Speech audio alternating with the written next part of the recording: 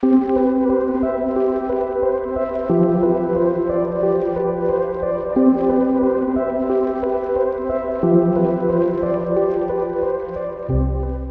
and welcome to Mathematics Illuminated, where I shed light on any and all math topics from simple to advanced in a way that's easy to understand and interesting to learn.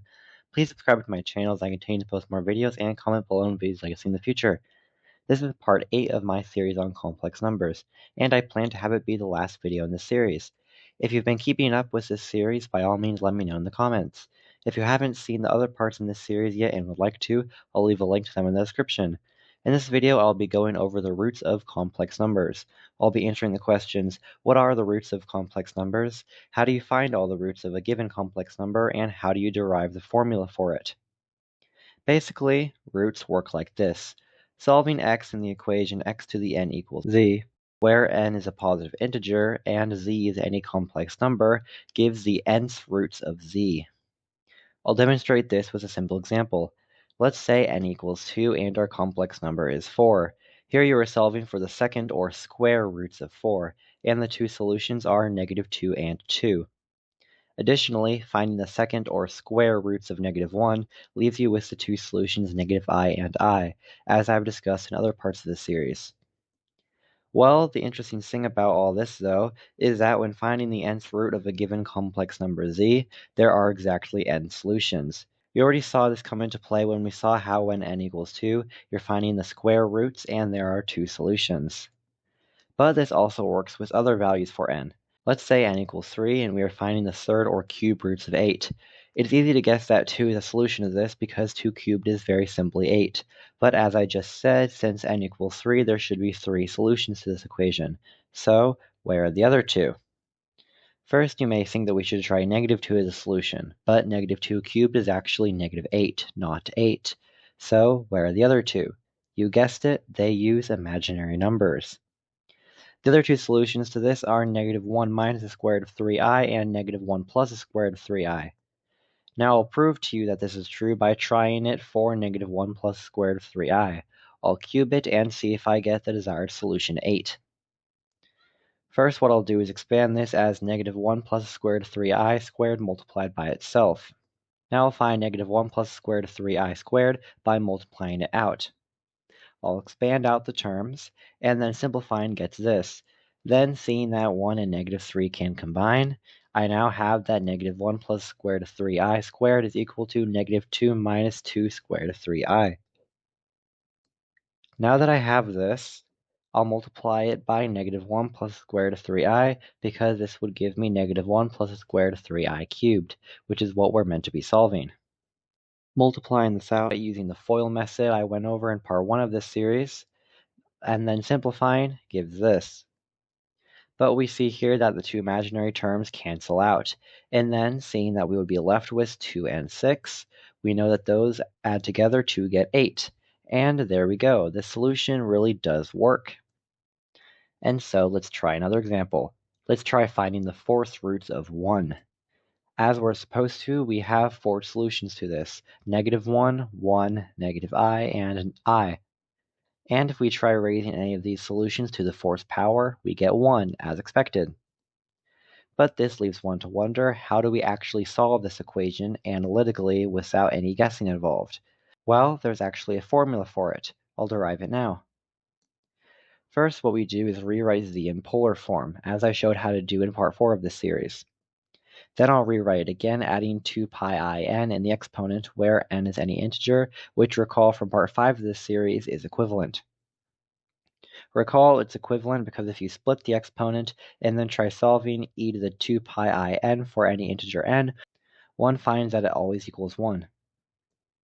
I'd also here like to distinguish between lowercase n and capital N, which I'm using in two different ways here. The lowercase n is going to be the number of roots we are finding, and the uppercase n is just the number that represents any integer in the exponent. They are not equal to each other. From now on, I'll just refer to the lowercase n as just n, and the uppercase n as uppercase N.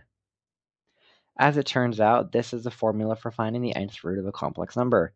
To find the capital Nth term of the nth root of a complex number, you must multiply together the nth root of the radius of the complex number and e to the angle plus 2 pi capital N over n all multiplied by I. If this seems awfully confusing, I'll now explain how the formula is derived by showing how it works. By raising it to the n power, we are supposed to be undoing the formula. When we expand the exponent to the two terms multiplied together, we see that we are raising the nth root of r to the n power, which of course is just going to be r. Next, we can solve for this, but notice what we cannot do is just multiply the n into the exponent. I went over in part 7 of this series how that rule does not always work and so cannot be used. What I can do, though, is by knowing that n is a positive integer, I can expand the terms as multiplying it by itself n times. Then I can add the n amount of exponents together, which would cancel out the denominator, leaving you with just this, which, as addressed before, is just z in polar form. And so you can see how this formula works, giving you your complex number when raised to a power n. And so, now that we have our formula, let's try it out. Let's try solving for the square roots of 4 using this formula. First, we need to find the right values that we need to plug into the formula. Our complex number is 4, and so finding the radius and angle using the message from part 3 of this series gives that the radius is 4 and the angle is 0. That's simple because it's a real number. Then we can plug in the values, getting the square root of 4 multiplied by e to the 2 pi capital N over 2i. The square root of 4 here, of course, is just going to be 2. And then we can notice that the 2's cancel out in the exponent, leaving this as our final answer. And so now we can plug in values for capital N to find solutions. First, I'd like to note that when finding the particular values of capital N, we always start with 0. Trying this, we get that x0 is equal to 2. Trying to substitute 1 for capital N gives 2e to the pi I, and as I discussed in part 4, e to the pi I is Euler's identity, and is equal to -1. And so x1 is -2. And there we have it. We have our two solutions to the equation. What would happen if we tried other values for capital N, though? Well, we would notice that our solutions would keep repeating. And so when finding solutions, we start at 0 and then go up to the number before our lowercase n. Since our lowercase n here is 2, we are starting at 0 and ending at 1. Earlier in the video, I went over this as well, the 3 solutions to the equation x cubed equals 8. Now we'll try to find these values using our formula. Our value n is going to be 3, and our complex number is 8. This means that the radius is going to be 8, and the angle is going to be 0. Plugging these into the formula gives the following, and we know that the cube root of 8 here is just going to be 2. And then we are just left with this. What I'll do now is plug in Euler's formula, which I went over in part 4 of the series, which allows me to expand out the exponent like this. Now that I have this, I can start to plug in values for capital N. Starting with 0, we are left to solve for cosine 0 and sine 0, which as you may know are simply 1 and 0 respectively. And this gives 2, our first solution. Next we can try plugging in 1 for capital N, which gets this. 2 pi over 3 in radians would be an 120-degree angle. Now, you may not be familiar with particular values of trigonometric functions, but I definitely recommend looking into them. Right now, I'll just give them to you, but if you'd like me to explain why they are what they are in a future video, let me know in the comments. These particular values of the trigonometric functions are -12 and the square root of 3 over 2, and then we can multiply the 2 in, getting our next solution -1 plus square root of 3i. Then we can try it again, leading us to have to find more particular values of trigonometric functions, which turns out to be -12 and -square root of 3 over 2. And then multiplying the 2 into them, we have our third solution. And here we have it, x0, x1, and x2, the 3 solutions to the equation x cubed equals 8. As I mentioned before, if you try to plug more values in for capital N, these values would just repeat. The final equation I'd like to solve is one where z uses imaginary numbers. Here I'll try to find the 2 square roots of 1 plus square root of 3i using the formula. The first step is of course finding the value that we need to plug in. Our n is going to be 2 since we are solving for x squared, and our z is going to be the complex number 1 plus square root of 3i. R, which is going to be the radius of the complex number, we can find using the method I addressed in part 3 of this series, giving 2. Then we can find the angle of the complex number by finding the arctangent of the square root of 3, which is exactly equal to pi over 3. Then we can plug these values into our formula, getting this. The square root of 2 here cannot be simplified, but in the exponent, notice that we can expand the denominator of 2 into the added values in the numerator. This gets us our final solution here, the square root of 2 multiplied by e to the pi over 6 plus pi capital Ni. The next task, of course, is to start plugging in values for capital N starting with 0. This gets us our first value as the square root of 2 multiplied by e to the pi over 6i, which you can expand using Euler's formula, giving more particular values of trigonometric functions.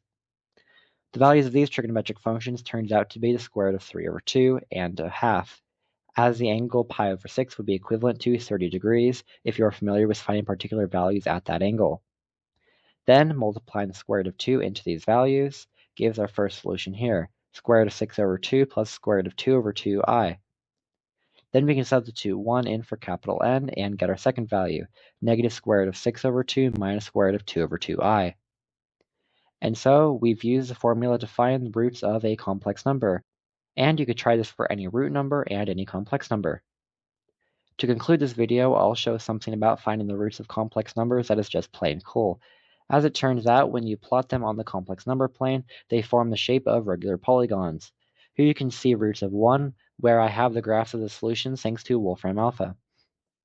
As you can see, these solutions form regular polygons, and this works for finding the roots of any complex number. And that brings me to the end of this video. As I mentioned at the start of this video, I plan to have this be my last video in my series of complex numbers. If you've watched this whole series, please let me know in the comments. Please subscribe as I continue to post more videos. Thanks for watching. Farewell for now.